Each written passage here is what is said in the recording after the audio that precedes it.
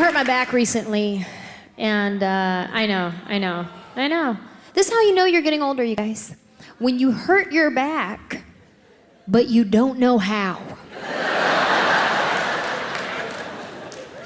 Like, I don't even have a cool story to tell you guys. I can't be like, oh, yeah, last week I was surfing and you know how I do it. I went hard. No, I was putting my socks on.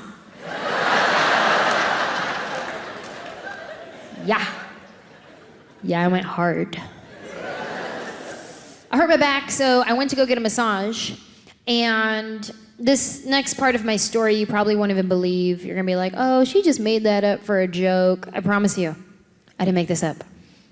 I went to go get a massage, and the guy who was giving me my massage fell asleep.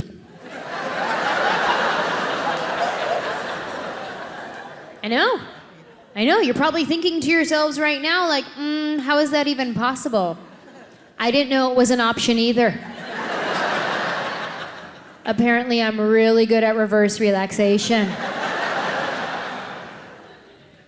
I went to get a massage, and I should have known, you guys, it was gonna be weird because it started off weird. He started by asking me these weird, like, seance type questions, right? He's like, all right, close your eyes, take a deep breath. Now tell me, where are you? Massage envy.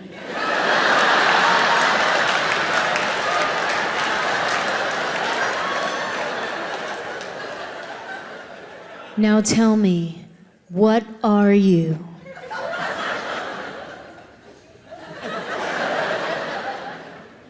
A girl. I don't like this part of the massage. He starts by rubbing my feet, right? We're 15 minutes into the massage. He's rubbing my feet. All of a sudden, he starts to slow down. Next thing you know, he just stopped. Now he's just holding my foot. And at first, I thought he was doing his seance thing again. I was like, oh, okay, he's probably meditating the pain out my foot. But then I could hear his breathing get real deep and slow.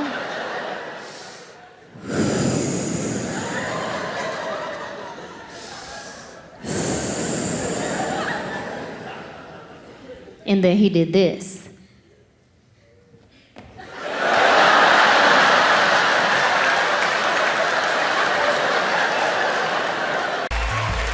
Chicago! How y'all doing? Y'all look good. We at the Victor night. This is a nice building, huh? It's allergic to elevators, though. Dang. I almost died getting to the stage. I need to work out more, that's all. Because the older you get, you know you got to work out more. You don't have a choice, because you want to age well. You don't want to age bad. I saw an old lady today, she was walking like this. She couldn't even cross the street because she was bent over. She was getting ready to run through the red light. I said, ma'am, the light is red. She said, it damn sure enough is, ain't it? And I thought she was being lazy, right? So I tried to push her up. She was like, ah! I said, okay. I'm just making sure you're not being lazy because I know you're not walking like this. I said, nah, I don't want God to give me that. I lose a few fingers first. I can wave at you like this right here. I can't, I don't want, well, that's why I go to the gym. At least once a month to stave that off. I don't go often, but I try. I do. I try to work out, but it's hard. I got the whole outfit and everything. I do. I look like a workout guru, but every time I get dressed and get ready to go, I get tired. I said, this the devil making me tired. It gotta be the damn devil making me tired. Then I get to the gym sometime and I just like, you know what? I just point at the stuff I'm gonna do when I come back next week. I said, I'm not getting on this stuff today. And the people in the gym, they asked me, why you not working out? I said, cause it said don't get on it if you're dizzy. I was dizzy when I left out. So why in the hell would I not follow the instructions and get on the thing? I want to be a smooth old lady. And you know when you see a smooth old lady, because she stand out to you. She be walking down the street like this. You be like, how you doing? I'm all right. How you young ladies doing? That's how she walk. About 80 years old, killing the game. But this right here, hell no.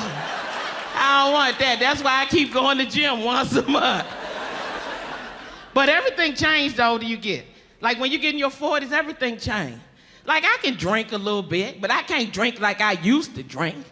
When you get in your 40s, you can't get pissy drunk. You can have a few sips. Most of the time, you're on medication by then any damn way. You sip some of the punch, you be like, ooh, what was in that? If I fall out, y'all call the ambulance, don't let me just die. You can't drink like that. Like when you were in your 20s. Hey, try it. Get pissy drunk tonight. Your head's still gonna be hurting on Tuesday. You're gonna be calling your friends talking about, yeah, it's still throbbing right here back in the corner. If it don't stop throbbing, I'm gonna have to call Dr. Cornell. And your friends, they ain't no help. Cause they like, yeah, you need to call the doctor. Cause the same thing happened to Sheila and she had a stroke. Why would you say something like that? I didn't ask you that. Why would you say something like that? But let me get dressed and get to the emergency room before I fall the hell out of here. You can't even smoke. Like, you know, I don't mind smoking a little bud sometime, but I don't even really smoke. Yeah? I don't mind that sometimes. It's okay, but not like when I was 20. I can't do it. Especially not that lime green. I be too paranoid off that. I smoked that one time I couldn't even cross the street, I was so high. Because every time I got ready to cross, I thought I saw a car coming. I did. I kept looking. Then I stepped back. I said, what the hell is going on here? Then I look again. Then I step back. I did that so many times I looked like I was jumping double dutch. I said, no, I can't mess around like this. I stayed on the corner for 30 minutes. I had to ask somebody. I said, I know I'm grown, but could you watch me cross the street? And I don't know what he took, because I looked behind me, he was doing the same damn thing. I said, this ridiculous. Even the people at the light in their car, they was like, you can go. I said, no, you go ahead. I've seen this before. I ain't gonna let you voluntarily run me the hell over. Ain't gonna happen. Yeah, I smoke a little bit of weed or something. Every once in a while, but I ain't gonna do or nothing like that. That's just, I don't even know how people get down like that. My cousin, he stayed with me, he do a little. I don't like it, because he be walking around. They can't hold still. He be tweaking and geeking. He dancing, ain't even no music on. He in the room pointing at the TV like he at the club. What's up? I said, that's the news. They can't hear you. That's the weatherman. They can't sleep. And he gonna tell me you should try it. I said, hell no. If I'm gonna walk around all night long, I might as well go to the gym. If I'm gonna walk around all night long, that ain't my kind of high. Can't sleep. He gonna wake me up at 5 o'clock in the morning one morning. I'm suicidal. I say, okay. Well, you know better than me if you ready to go or not. I said, I have supported you in everything you tried to do. So if you ready to go, by all means. You've been getting high for about 50 years, so it might work. You know, and don't get me wrong, I'm sensitive to suicide, don't get me wrong, but just not with him. Because every time he don't have no money to get high, he ready to die. So I'm tired of him playing these games, so I told him, go ahead and do it. He gonna tell me, that ain't nothing you tell nobody that's suicidal. I said, that ain't nothing you wake nobody up and tell them me. I said, I was having a good dream till you woke me up. I thought I was rich, and then I saw you, and I knew it wasn't the truth. I said, this ain't nothing, some bullshit right here. And they gonna tell me, well, yeah, I'm gonna just get it done. I'm gonna just go ahead and jump out your bedroom window. I said, no, you not. And had me on the first 48, trying to explain why you splattered at the bottom of my window. As good as I've been to you, why would you do something like that to me? You better go down the hall to the guest room and jump out that window. Kill yourself with some dignity. What is wrong with you? Gonna make it look like I pushed you. So he just sitting there, he looking. Never mind. I don't wanna do it. You done messed it all up. I said, did I really? Yeah, you done messed it all up. It's supposed to be serene, and you get to talking this foolishness. I don't even wanna do it no more. I said, okay, well, I'm hungry. You want something to eat? I said, not at all. I don't want nobody that was suicidal 5 minutes ago cooking me no damn breakfast. I come in there and eat you, then poison the grits. Now we both in there like that. You'll never kill me on a humble, not at all. Get high. Then he come back in there crying. I said, well, what's wrong? I miss Grandma. I said, oh, hell. I said, Grandma been dead for 25 years. I said, but I tell you what, jump out that window. I bet she come around the corner. Her, Uncle Wick, Uncle Book, and the whole rest of the dead ass family. And when you see the light, keep walking, Caroline. Don't get to backing up like the barcade. But everything changed. You gotta change everything you do. Once you get in your 40s, you gotta change. Because everything changed. Like I wear glasses now. I never wore glasses before. I had 20/20 vision. But the day after my birthday, I couldn't see nothing. I couldn't even get to the bathroom. I was like the little boy in the movie, Ray. Mama! I couldn't see where I was going. I said, who's in their 20s? Anybody? All right, yeah, you're happier. That's good. 20s I don't relate to. It's like, it's a good time, but I don't relate to it anymore because I'm like, you guys are so cute because you still think you matter.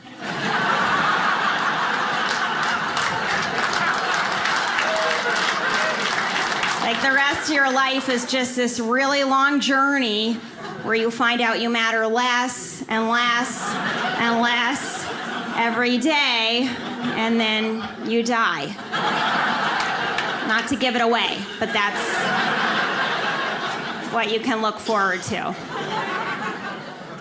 I feel like you spend your 20s sort of waiting for your life to start, you know? You guys look so young. How old are you? 20? Exactly. He's just so ready for it to start already, right? And that's how it is. You're like, next year I'm gonna get that big job and my life is gonna start.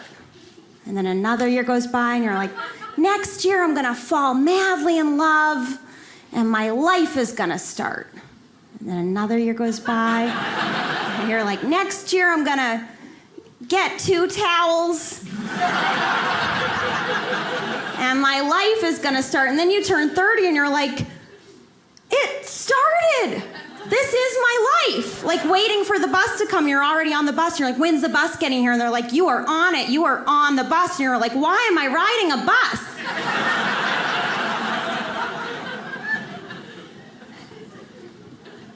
There's activities I don't want to do as much in my 30s. Like I went to a bar recently with my friend and we lasted like 5 minutes and we got bored. We're like, you want to go? Yeah, let's go. And as we were walking in our cars, my friend was like, oh my God, Erica, we're getting older. We're not fun anymore. And I was like, no, that's not what's happening, okay? It's not that we're not fun anymore. It's that we're getting older and we're getting smarter and we're starting to realize it was never fun. We just pretended this whole time.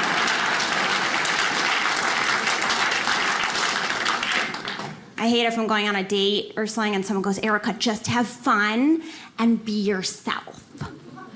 Because for me, it's one or the other.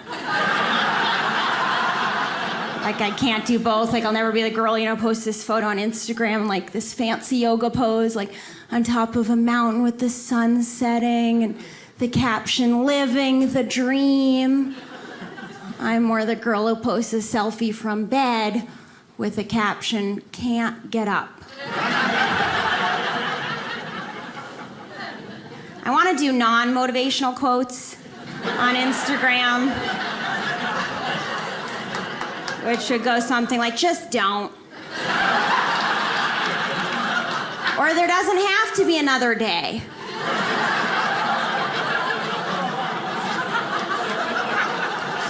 Or you can always live the life you imagined if you have a really bad imagination.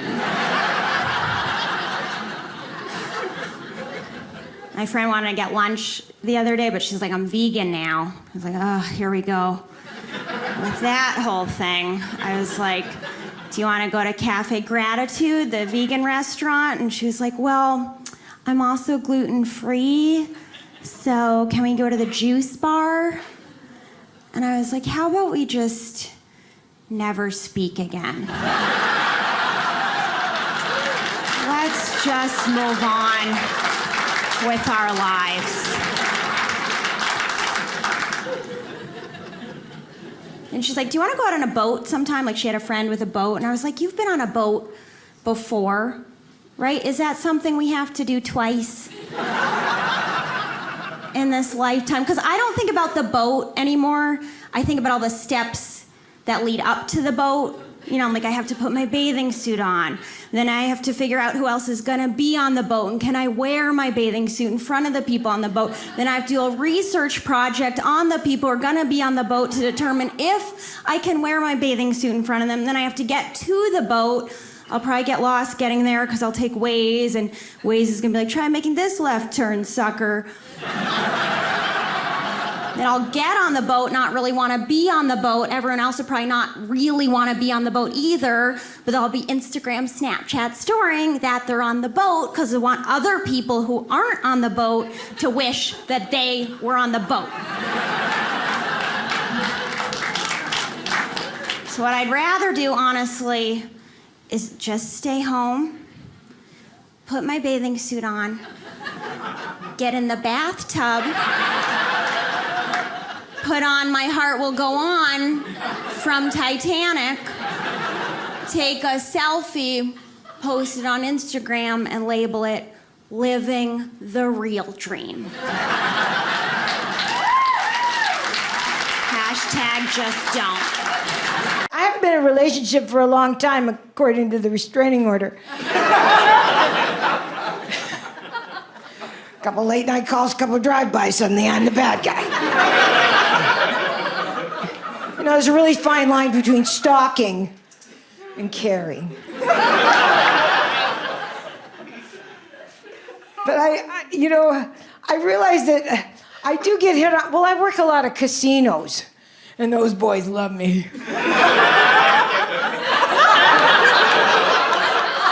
Come here. I swear to God, I'm not lying. I'm working in Chinook Winds, which is on the Oregon coast, this casino.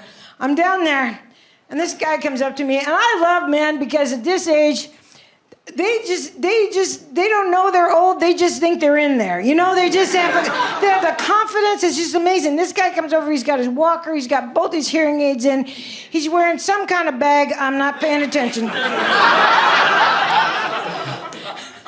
And then, he's wearing most of his lunch down the front of him.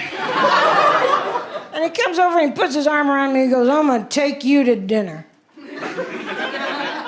I go, okay. Where should we go? Well, can you drive at night? I'm your girl. It's crazy. I'm glad I'm down here, though. I'm glad I had to do this today because I'm getting out of something. I got out of a family vacation. Yeah. I don't have kids that I know of. I should probably tell you that. The 80s are a little hazy. And I have nieces and nephews that are my heart. I love them very much. They're very sweet people.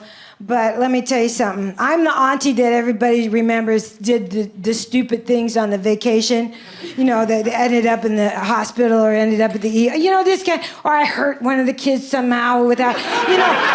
I'm always, and when, no matter how much you get together your family, if you're that person, that's all they want to talk about. They all, remember that time? You know, yeah, I remember it. I wish you would just not. And so we went to Bend about 20 years ago, and that's where my family is this weekend. They're over in Bend, Oregon. And about 25 years ago, we went over there. The kids were little, and I wanted to be the fun aunt. So they said, we're going to go horseback riding. Okay. Okay, yay. And so I was a good aunt. Everybody got on their horses, and then they brought mine out, and I'm not lying. This should have been pulling a plow and a truck. It was the biggest horse I've ever seen in my life. The Clydesdales look small compared to this horse. And I'm standing there, this is my horse. Okay, this is my horse. And then the genius, the stirrup's up here. The stirrup is right here. And the guy goes, just put your foot up there. And you just bounce a couple times, and you throw your leg over. I get my leg up there, I wouldn't be riding a horse.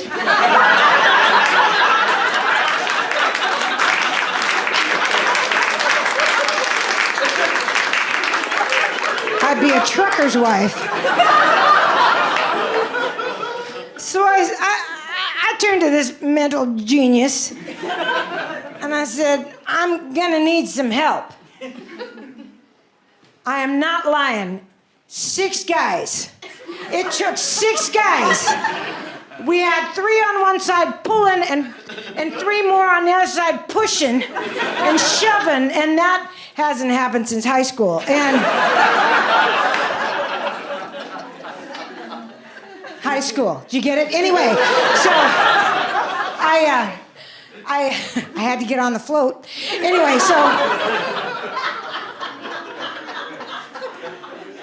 now they got me on this thing. And when I say this is a big horse, this horse has also been eating for about 9 years without moving. It was as wide as it was tall. And I'm not. Sure, I'm not. I got a 3-inch inseam. And so I got on this damn horse, and I go, what do I do with my legs? He goes, just wrap. I can't bend my knees. I look like Barbie Mountain Kid in 1958.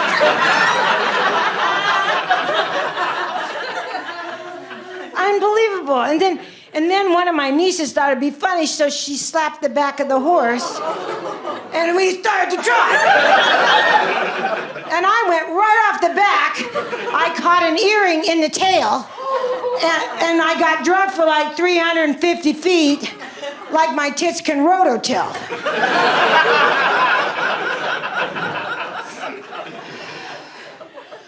Just, no, I don't want to go on the family vacation. Thank you very much. I love them, though. They keep me young. They try to keep me young. During COVID, they drove me crazy. They were afraid I was going to be lonely, you guys. I've lived alone forever. I go, don't bother me. I got shit to do. This is the same day. Did some different stuff. It's not a problem for me. And they kept calling me up, going, are you lonely? No, I'm not lonely. Leave me alone, you know. All of a sudden, I started getting emails from YouTube that I'm taking a macrame class. Do you know what macrame is? Well, you tie shit together and hang your dignity from it. I'm telling you. If you have a grandparent that's, they've given up. Do you understand? They've just given up. It's what we used to do with shag carpeting when we were stoned in the 70s. Just telling that's and that. That's good right there. I like that one. That's good. Honest to God, here's the worst one. They signed me up for silver singles. Do y'all know what Silver Singles is? It's a dating app for old people. Now, they did it during COVID because they knew I wouldn't ever go on a date. So I wouldn't have to see the people. So they thought, I said, first of all, I was so mad. I started getting emails from desperate old gentlemen. And I was reading them and I felt bad because I didn't know if the guy liked me or he just had a tremor and swiped right. You know what I'm saying? Yeah, that deserves so much more than you gave me on that one. I'm just going to tell you that one. So, yeah, now it's a pretty clap. That's a fine. Anyway, so now and I call my oldest niece.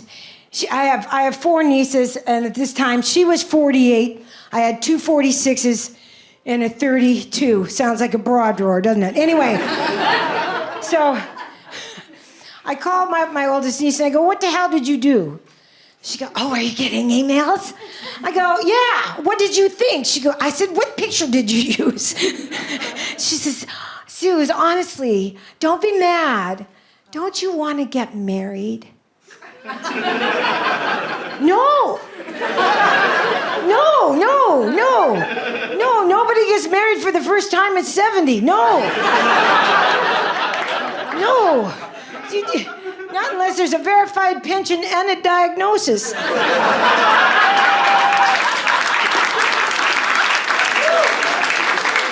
don't get married. You just don't do it. And I said, "Honey, you get married when you're young, and you have your whole life ahead of you, and you have all these dreams and aspirations, and you have somebody to share all that with, and then you grow old together, and you blame them for the shit you didn't get to do, and that's growing old. That's marriage." I said, "At 70, I am not bringing much to the table. Maybe the smell of CBD oil and Altoids. That's pretty much it." But she's in the 10th grade. High school's almost over. It gets so expensive. Luckily, Martin and I thought ahead, and when Molly was a baby, we put away some money for bail.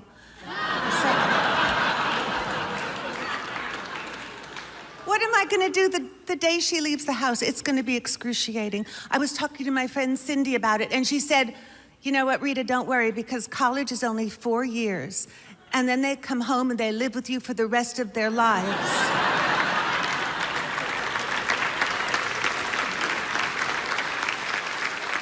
Because she has a son, wait do you hear? He went to Ivy League college, came home, lives in the basement, and he's a bouncer. Not at a nightclub, he just has a ball and he likes to bounce it. And there are gonna be no jobs anyway.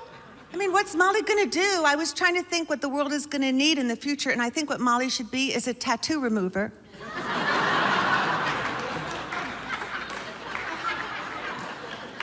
Because a lot of people are going to be happy with the decisions they made in their youth. And some people are going to say, I like French toast. I don't know why I seared it into my forehead. And there's so many things I don't understand about young people. Maybe you can help me. I don't understand the clothes. Young boys' clothing is getting looser and lower. Young girls' clothing is getting tighter and higher. Saw a young couple crossing the street. He was wearing a blanket. She was wearing a blindfold. Here's something I'll never understand, the pierced tongue. And I think strange things. I can't stop myself. Like, if they take it out and then they eat soup, does it fall through the hole? And it's always young people who go into body piercing. I might have figured this out. I think it's because they haven't experienced a lot of pain in their lives yet. You never see a 90-year-old person wake up and say, "You know what I'd like to do today? Just as a present to myself. Punch a hole in a tender organ."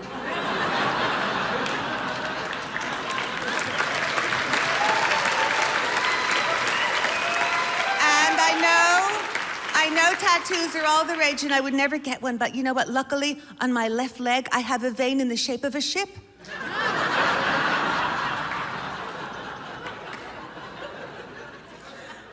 I don't understand the music.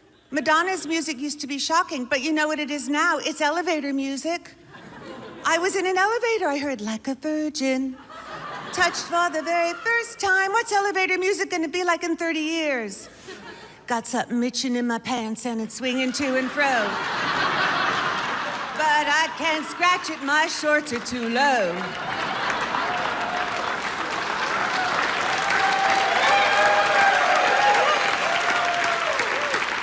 For your enjoyment, that was performed by the Mormon Tabernacle Choir. People ask me, how do you stay married for 30 years? And I just say we've been very, very lucky in that no other people have found either one of us the least bit attractive. We've been together so long, we don't even have to talk anymore. We know what the other person is thinking. It's scary, we're on the same wavelength. Sometimes I'll be lying in bed and he'll just roll over and whisper in my ear, "You're wrong."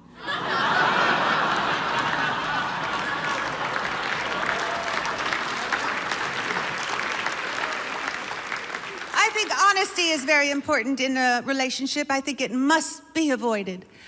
And I'm honest, I just wait till the right time. I wait till he says, "I broke a dish," and then I say, "I scratched the car." "I lost my wallet." "I kicked your mother." Because my mother-in-law is a cranky woman. She is, and she has arthritis, and she won't take any pain pills because she doesn't want to become addicted. She's 90. What's the worst thing that could happen? For the last 10 years of her life, she'll be in a good mood.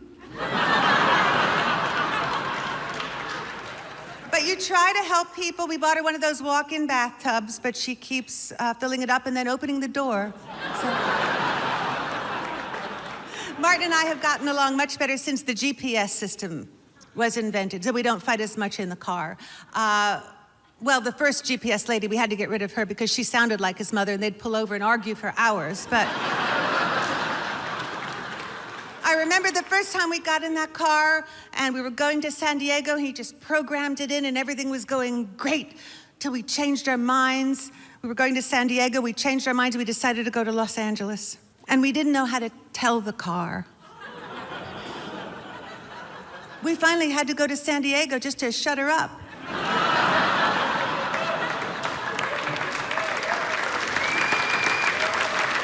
And of course, he bought the car with the self-parking system. I said, "We don't need it." Well, we needed it the other day. We were parking, a policeman came over and said, "That's a no parking zone." And Martin said, "Nothing to do with me. This is where the car wants to park." Because cars are almost human these days. They tell you everything they're feeling. A yellow light comes on if the tires need air, a red light comes on if it needs cooler. The other day we were driving along, a purple light came on. And I looked it up and it turned out the car was just feeling vulnerable.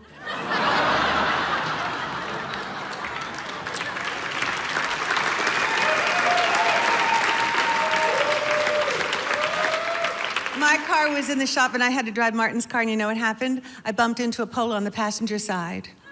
And I didn't tell him because he never goes over to that side. And one day he went over to that side and he got furious. And I said, "There's no use getting angry now. This happened 6 months ago."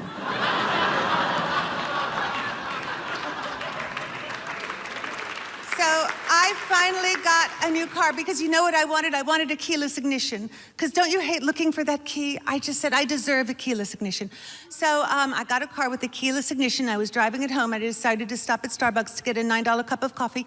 And I wanted to test my keyless ignition. And I came out and I held my coffee because I knew I didn't have to go in my handbag. And I would just pull the handle and it didn't work. No. And I said, maybe I'm aiming it wrong. And I turned and I put nothing. And finally a guy came out and told me what I was doing wrong. I felt so dumb. He said, "That's my car."